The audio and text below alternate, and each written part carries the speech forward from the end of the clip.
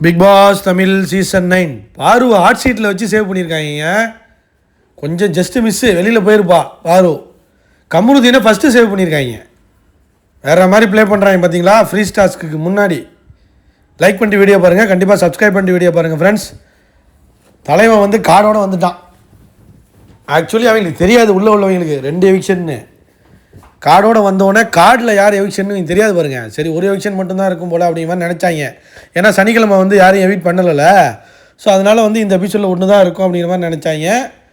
So அதே மாதிரி ஒன்று தான் இருந்துச்சு அவங்களுக்கு.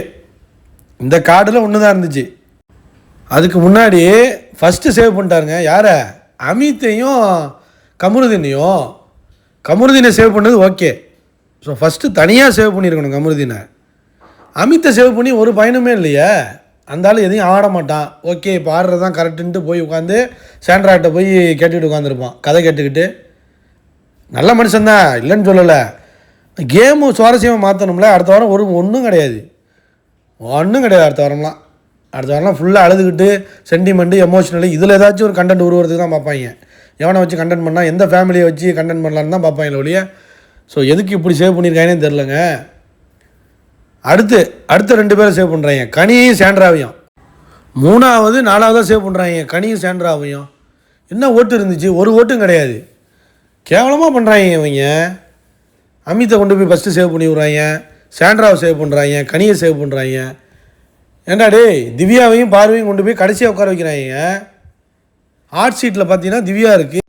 கடைசியாக பார்த்தீங்கன்னா திவ்யா, பாரு, சுபிக்ஷா, ஆதிரை, எஃப்ஜே இவங்களெல்லாம் வந்து உட்கார வச்சிட்டாங்க. அதுக்கு முன்னாடி யாரையும் சேவ் பண்ணல. அதுக்கப்புறமா வந்து திவ்யாவை சேவ் பண்ணி, பாருவை சேவ் பண்ணி, கடைசியாக 3 பேரை உட்கார வைக்கிறாங்க. யார்? சுபிக்ஷா, ஆதிரை, எஃப்ஜே. கடைசியில் இந்த கார்டு கொண்டு வர்றாரு பாருங்க. கார்டில் வந்து எஃப்ஜே தான். ஒரு எவிக்ஷன் வந்து எஃப்ஜே வந்து கார்டில் எவிக்ட் பண்ணி தனியாக வீடியோலாம் போட்டு அவன் வந்து இன்னொரு சம்பவம் வேறு பண்ணியிருக்காங்க. பாருவை வந்து நீ கமுரு வச்சு கேம் ஆடாதுன்னு சொல்லிட்டு போயிட்டான். வெளில வந்து வேறு மாதிரி ஒரு சம்பவத்தையும் பண்ணி விட்டு போயிட்டான். ஆனால் அவனுக்கு பெரிய சம்பவம் பண்ணியாச்சுல. அடுத்த வாரம் ஃபேமிலிலாம் வரும்னு வெயிட் பண்ணியிருப்பான். சோழியை முடிச்சிட்டாங்க. இப்போ பாருக்கு ஒரே சந்தோஷம் தாங்க முடியல. எஃப்ஜே கிளம்புடா. விக்ரமுக்கும் ஜாலி, கிளம்பு எக்ஸ்போஸ் பண்ணிகிட்டு இருக்கான் விக்ரமை. எஃப்ஜே தூக்கிட்டாங்க. ஆதிரைக்கு ரொம்ப சந்தோஷம், அப்பா போயிட்டான்டான்னு. ஆனால் அதுக்கு தெரியாது பாருங்கள், அடுத்த எவிக்ஷன் வந்து ஆதிரை தான். ஆதிரையை கண்ணை கட்டி உள்ளே கொண்டு உட்கார வச்சு அப்படியே தூக்கிட்டு போயிட்டாங்க.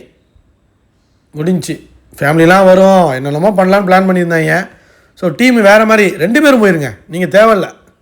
ஒரு ஆணியும் பிடுங்க வேணாம், கிளம்புங்கடான்ட்டு எஃப்ஜேயும் ஆதிரையும் அடித்து துரத்திட்டாங்க. லைக் பண்ணுங்கள், கமெண்ட் பண்ணுங்கள்.